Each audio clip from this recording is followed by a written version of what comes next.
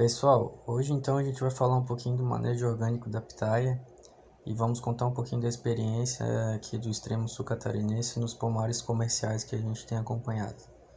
Então, como vocês podem observar, falando em cobertura de solo, a gente tem orientado o pessoal a plantar o Arax pintoi, né, que é mais comumente chamado como amendoim forrageiro. Então é uma leguminosa que ela se dissemina muito bem no pomar, ela se alastra rapidamente no pomar, ela permite uma boa cobertura de solo, ela tem um porte rasteiro, ela adiciona bastante matéria orgânica, ela mantém a umidade do solo. Então a gente tem trabalhado bastante o uso dessa espécie aqui nos nossos pomares comerciais. Além disso, ela é uma leguminosa, né? Então ela fixa o nitrogênio atmosférico aí com as suas bactérias nas raízes, os rizóbios, né? Na ordem de 70 a 150 kg de nitrogênio hectareano. Então é uma ureia de graça aí para os nossos pomares orgânicos, né? Outra questão é que ela não compete com as raízes da pitaia na busca pelos nutrientes, ela tem uma raiz pivotante, mais aprofundada, e a pitaia ela tem uma raiz muito superficial, né? Como vocês olham aí na foto, aí, ó, em torno de 5 a 10 centímetros é a profundidade do sistema radicular da pitaia, então não há competição. O amendoim também ele pode ser consorciado com forragens aí de inverno, principalmente o azevém e a aveia, né? Então ele pode ser sobressemeado com essas gramíneas, não haverá competição nenhuma entre ambas, né? Gramínea com leguminosa geralmente não há competição e uma ajuda a outra, né? Podemos também utilizar a crotalária, principalmente em áreas com histórico aí de nematóide, que são aqueles vermes que parasitam o sistema radicular das pitaias, né? A crotalária também ela é uma leguminosa que fixa o nitrogênio atmosférico, né? Então também é uma outra opção de planta de cobertura. A dificuldade do amendoim é a questão da propagação por semente. Então nessa bandeja preta aí a gente percebe 60 dias depois de semeado que a germinação aí foi zero, ela apresenta dormência nas sementes, então o mais indicado é a gente propagar por mudas, né? Os estolões nessa bandeja branca aí o pegamento é bem rápido.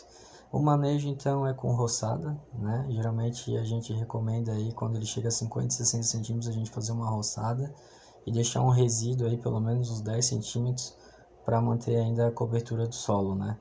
Então é uma roçada bem de leve mesmo para deixar a cobertura. E a propagação, a implantação do amendoim, se o pomar já está implantado, a gente pode usar as mudas, né? Essas aqui são mudas não enraizadas, então a gente tira os feixes aí, principalmente em áreas de pastagem, que ela é uma forragem, né? E a gente pode colocar ao redor do palanque, fazer um coroamento aí ao redor das mudas da pitaia. Geralmente pegar uma semana de chuva, principalmente se o solo for mais arenoso, né? Daí a gente coloca as mudas ao redor do palanque que depois elas vão disseminar nas entrelinhas do pomar, né? Então a gente deixa 2 a 3 gemas aí enterradas no solo e depois pode cobrir com a mão mesmo, né? Ao redor do palanque que não haver que ela dissemina rápido. Então a diferença aí de um solo morto e um solo vivo, né? Então, o solo morto é uma monocultura, não tem rotação de cultura, não tem diversificação. E o solo vivo ele é rico em insetos, minhocas, micro-organismos e uma diversidade vegetal em cima, né? Que é o nosso solo orgânico, né? É isso que a gente procura trabalhar. A gente entende que o fertilizante orgânico ele alimenta o solo e o químico ele alimenta a planta. E quando a gente alimenta o solo, a gente está colocando matéria orgânica. Essa matéria orgânica ela é decomposta pelos micro-organismos e então gera os nutrientes para as plantas, né? Os micro-organismos decompõem e liberam os nutrientes para as plantas. Então, a adubação no sistema orgânico de produção, existem várias alternativas, né?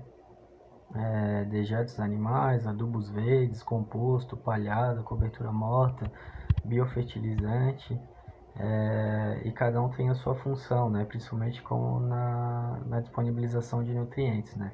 Aqui no caso a gente vê o uso do biofertilizante de dejeto de bovino, então é um fertilizante que tem orgânico, que tem uma elevada comunidade de micro-organismos e também muito bom para a nutrição das plantas, né? Então você está colocando micro-organismos no solo que vão disponibilizar os nutrientes para as plantas. E a planta bem nutrida, como você vê nessa foto aí, é um cladódio grosso, né, bem espesso, coloração verde escura, sadio, né, então ele está bem alimentado, né, e ao contrário do NPK que fornece 3 nutrientes, o orgânico está oferecendo diversos, né, para a planta, né. Então a planta se desenvolve bem, ela dá uma boa precocidade aí para formar a copa. Então a gente sempre observa a nutrição dos pitaiais aí pela coloração dos cladóides, né? E pela sanidade também, né? A ausência de doenças, ausência de pragas e um crescimento vigoroso, né? Então nossos pitaiais aqui no manejo orgânico aqui na região de Santa Catarina, os nutrientes estão bem elevados, né? Por meio da análise de solo a gente consegue verificar como é que tá os nutrientes para os macros e os micronutrientes para a pitaia. A gente tem um problema que é o teor baixo de matéria orgânica nos nossos solos, então a gente indica bastante cobertura de solo e biofertilizantes também, né? Aqui é um biofertilizante então de dejeto de bovino de leite, então fornecendo micro-organismos e também nutrição para a planta, né? Principalmente da via hormonal, né? Os nutrientes da dejeto líquido, eles têm muitos hormônios vegetais também, né?